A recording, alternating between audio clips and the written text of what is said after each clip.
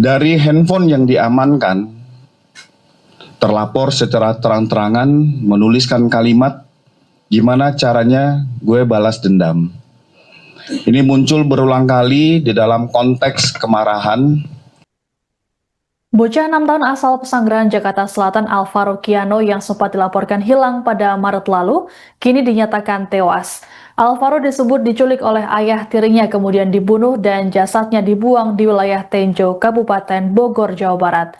Adapun terduga pelaku, yakni bernama Alex Iskandar, saat ini meninggal dunia selesai melakukan aksi bunuh diri di Polres Metro Jakarta Selatan tak lama setelah ditangkap.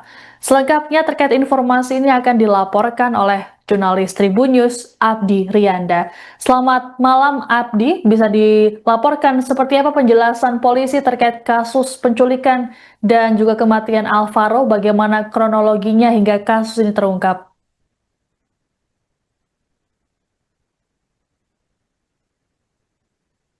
Ya, bisa saya laporkan rekan Siska terkait dengan hasil konferensi pers yang dilakukan di Polres Metro Jakarta Selatan terkait dengan kasus hilangnya seorang anak bernama Alvaro yang memang akhirnya ditemukan dalam kondisi meninggal dunia di kawasan Tenjo, Bogor, Jawa Barat.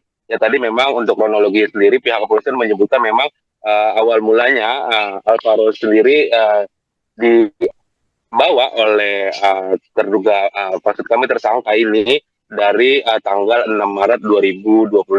Lalu setelahnya ketika sudah 1 hari setelahnya Alvaro tidak kembali ke rumah, kakek korban, kakek Alvaro ini langsung mendatangi Polres Metro Jakarta Selatan untuk membuat laporan polisi terkait dengan kehilangan anak.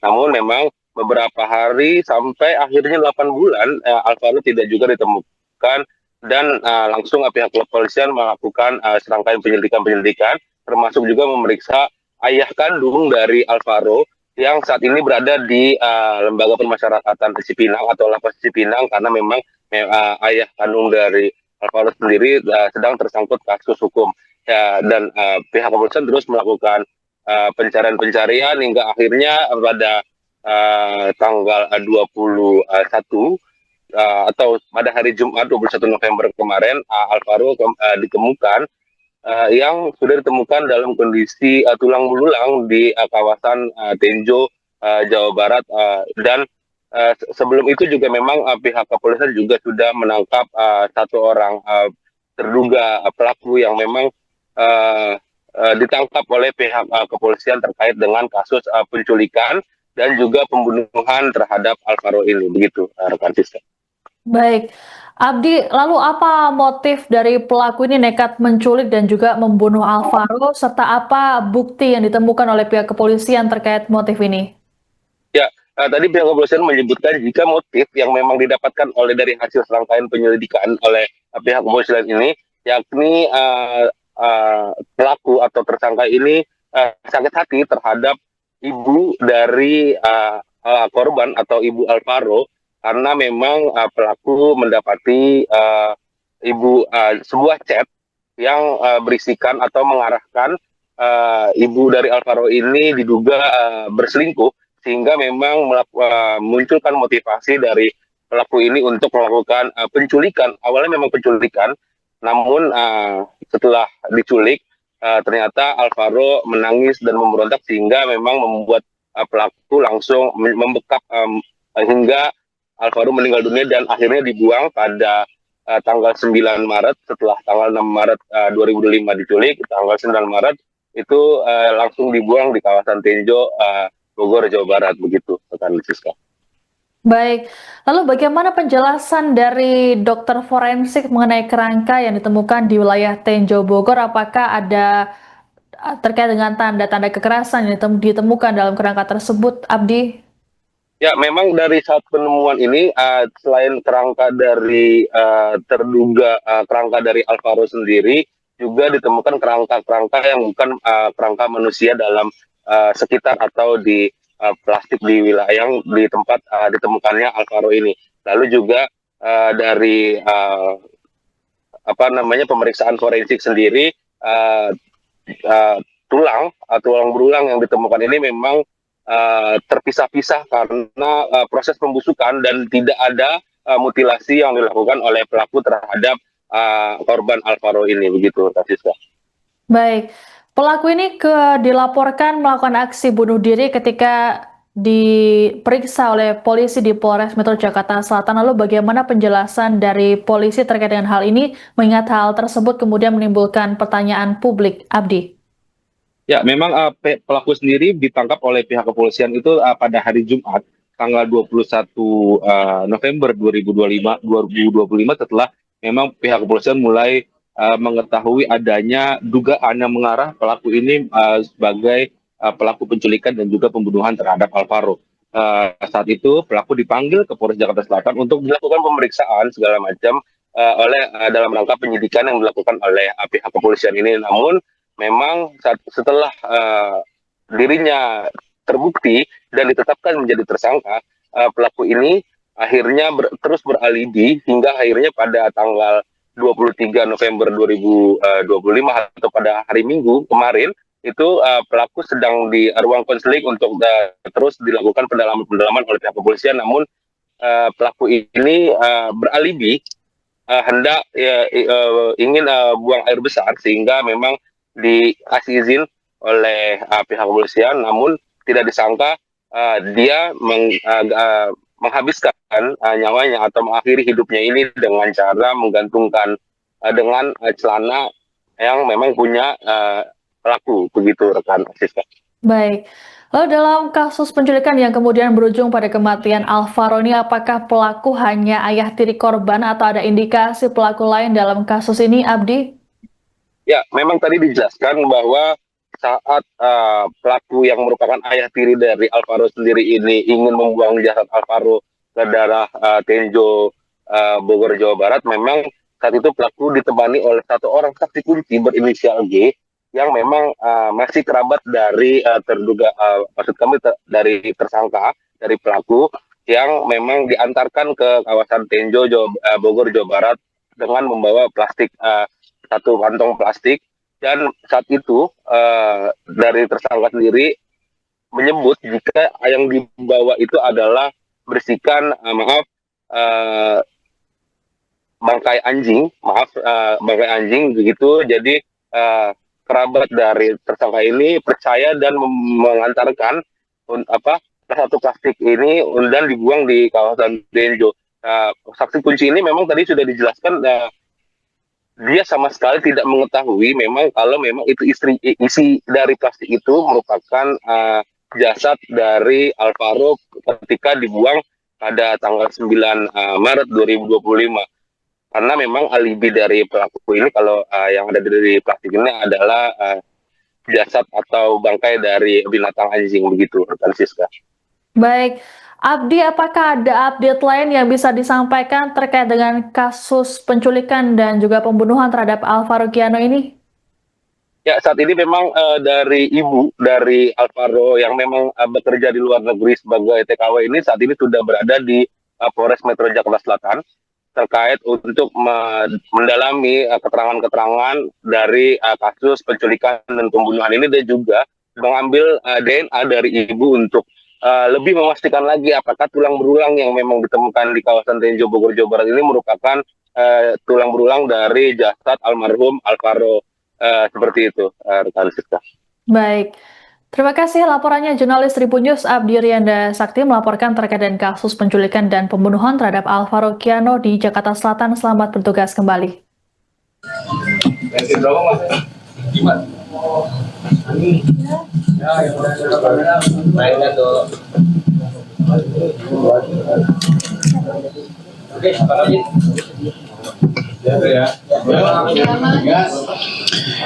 Bismillahirrahmanirrahim. Innalillahi wa inna ilaihi raji'un. Kami menyampaikan bela sungkawa yang mendalam kepada keluarga almarhum. Semoga diberikan kekuatan dan kesabaran. Al-Fatihah.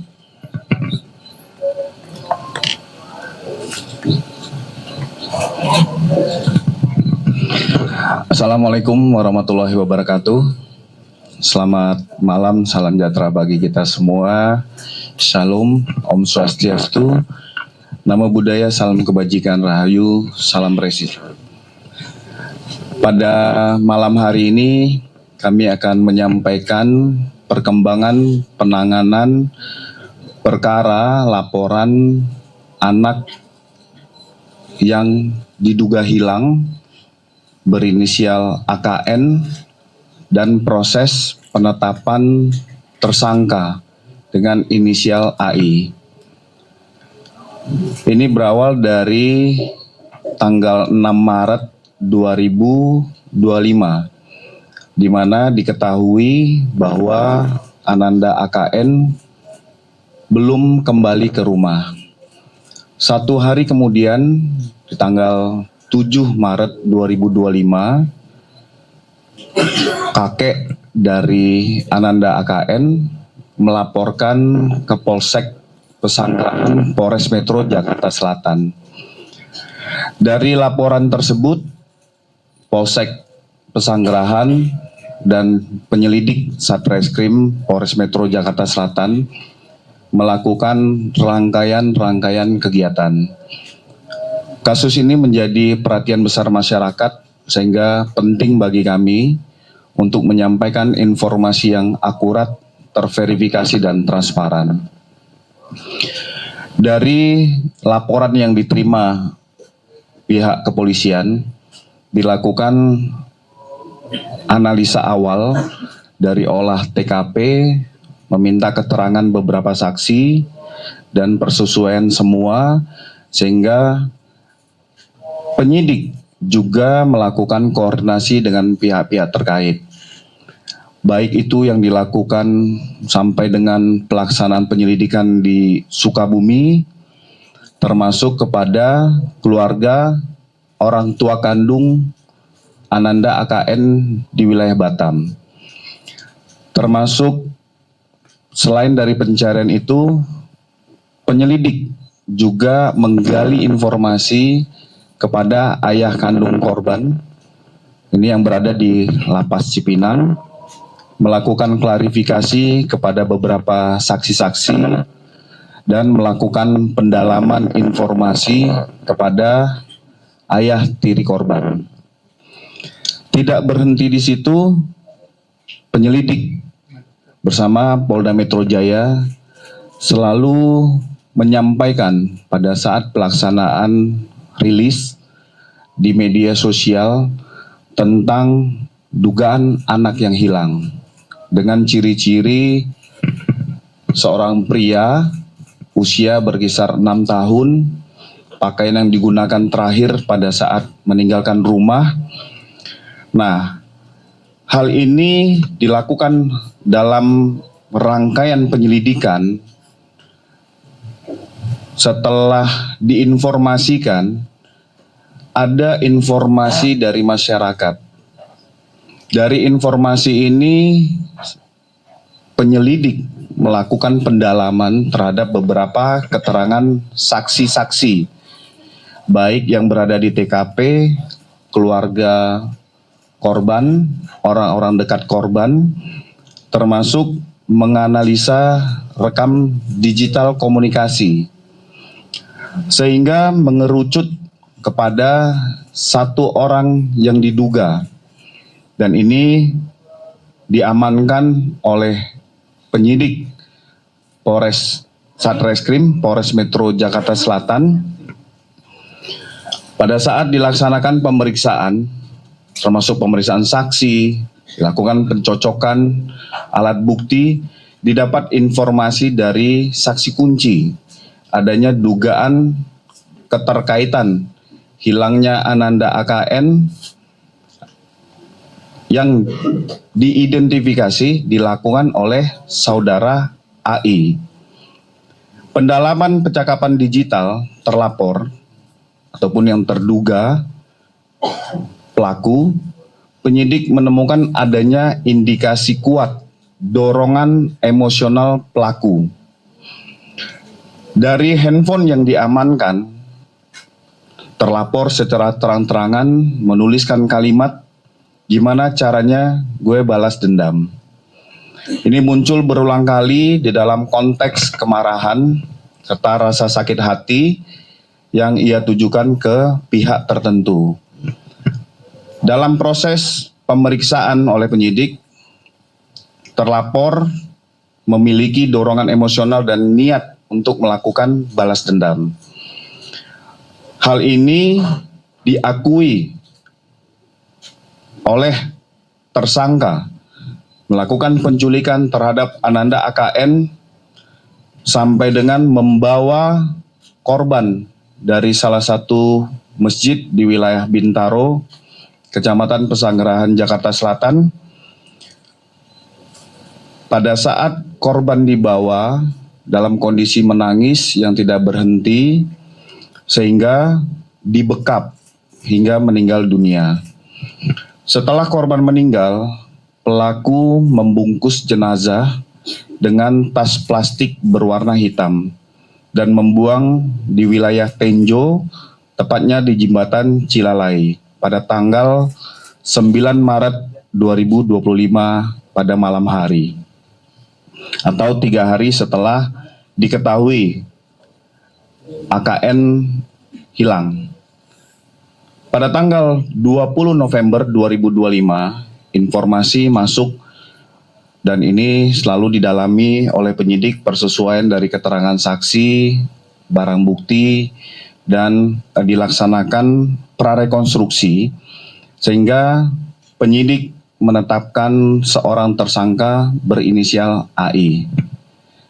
Dan dari hasil pemeriksaan mengakui jenazah dijemput, korban dijemput sampai dengan dibekap, meninggal dunia dan dibuang tanggal 9 Maret 2025. Ini yang kami sampaikan kepada rekan-rekan, termasuk kami baru ingin menyampaikan bahwa kerangka yang ditemukan patut diduga kuat sebagai anak yang hilang. Untuk kepastian secara ilmiah, scientific investigation, akan kita tunggu hasil uji DNA.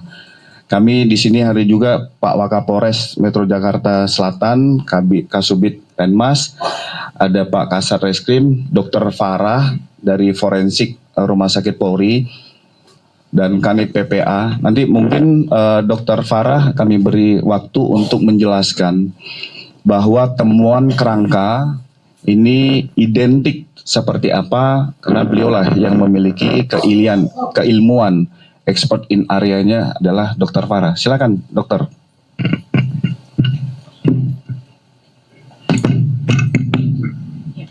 Bismillahirrahmanirrahim. Assalamualaikum warahmatullahi wabarakatuh. Selamat malam. Terima kasih Pak Kabid. Mohon izin menyampaikan kami dari Rumah Sakit Polri Kramat Jati pada hari Senin tanggal 24 November 2025 sekitar pukul 12 dini hari ya, jam 00.15 itu kami menerima adanya kiriman dari penyidik Polres Metro Jakarta Selatan. Kemudian sesuai dengan SOP yang berlaku di rumah sakit kami dan arahan dari pimpinan kami bahwa pemeriksaan jenazah dilakukan setelah diterima surat permintaan dari penyidik. Kami lakukan pemeriksaan di sekitar pukul jam 8 pagi tadi. Kemudian dari hasil pemeriksaan kami menerima 2 buah kantong jenazah. Jadi salah satu kantong itu berisikan ada 2 helai pakaian ya, 1 helai kemeja lengan panjang warna putih dan 1 helai celana pendek. Kemudian salah satu kantong lagi itu berisikan beberapa potongan kerangka atau tulang belulang. Dari hasil analisa terhadap tulang belulang tersebut, kami dapatkan potongan tulang kerangka manusia, kemudian juga bercampur dengan beberapa pasir dan juga dengan tulang yang diduga bukan berasal dari manusia sendiri. Kemudian dari hasil analisa dari tulang yang berasal dari manusia, itu kami bisa memperkirakan beberapa identifikasi. Salah satunya adalah perkiraan ras itu adalah mongoloid. Kemudian juga dari perkiraan jenis kelamin itu menunjukkan dari struktur bentuk tulang tengkoraknya mengarah ke jenis kelamin laki-laki. Kemudian juga untuk usia kami tidak bisa mendapatkan secara persis. Jadi kami juga dibantu oleh odontologi forensik Dr. Gigi Debi ya saat di rumah sakit. Namun tidak bisa dilakukan analisa terhadap gigi karena memang rahangnya tidak ditemukan. Kemudian kami juga dibantu oleh tim dari Rodopol Pusdokes Polri di Cipinang untuk mengambil sampel DNA. Jadi dari salah satu tulang panjang yang kami temukan di antara tulang belulangnya, itu kami ambil sampelnya untuk dilakukan pemeriksaan DNA. Sampel tersebut saat ini sudah kami serahkan kepada pihak penyidik Polres Metro Jakarta Selatan yang nantinya akan dilanjutkan untuk pemeriksaan DNA lebih lanjut lagi. Mungkin dari saya itu, Pak Kabid. Terima kasih. Terima kasih Bu Dr. Farah sudah menyampaikan secara keilmuannya tentang forensik terhadap tulang yang ditemukan oleh penyelidik. Kepada rekan-rekan sekalian, kami beri waktu untuk mengajukan pertanyaan. Silakan yang depan.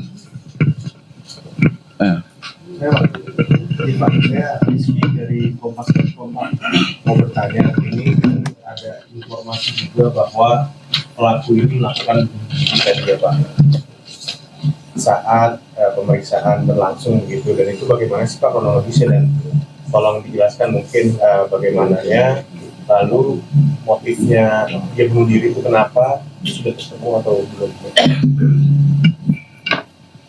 Oke, terima kasih Mas Rizky. Jadi pada saat sudah dilakukan pemeriksaan dan dilakukan gelar perkara terkait tentang terduga patut diyakini dari beberapa alat bukti yang bersangkutan melakukan tindakan pembunuhan terhadap Ananda AKN. Pada saat tempo waktu proses pemeriksaan itu sampai dengan Minggu dini hari. Jadi yang bersangkutan dititipkan di ruangan konseling. Kami luruskan kepada rekan-rekan media. Tersangka mengakhiri hidupnya dengan cara gantung diri di ruangan konseling. Kenapa di ruangan konseling? Karena status yang bersangkutan sudah tersangka. Besok pagi akan dilakukan pemeriksaan medis.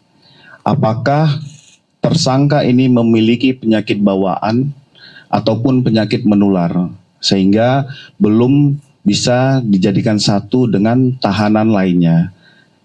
Nanti secara detail menjawab pertanyaan Mas Rizky, silakan Dr. Farah juga yang melakukan uji visum et repertum terhadap tersangka yang mengakhiri hidupnya. Silakan dokter.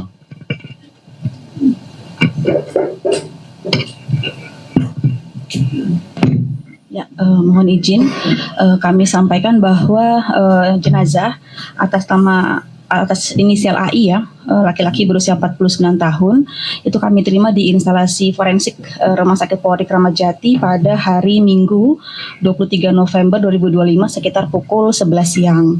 Kemudian ada permintaan visum untuk dilakukan pemeriksaan luar dari Polres Metro Jakarta Selatan. Pemeriksaan dilakukan pukul 1:25 itu dilakukan oleh rekan saya, Dr. Arfiani, spesialis forensik dan mediko-legal. Dari hasil pemeriksaan beliau, itu dapatkan jenazah laki-laki berusia 49 tahun bergolongan darah O. Kemudian ditemukan adanya luka lecet tekan yang melingkari leher. Itu diduga sesuai dengan pola gambarannya, sesuai dengan kasus gantung. Kemudian tidak ditemukan adanya tanda-tanda kekerasan lainnya pada permukaan tubuh lainnya. Mungkin itu yang bisa saya sampaikan. Itu ya dari penjelasan Dr. Farah terkait tentang visum et repertum.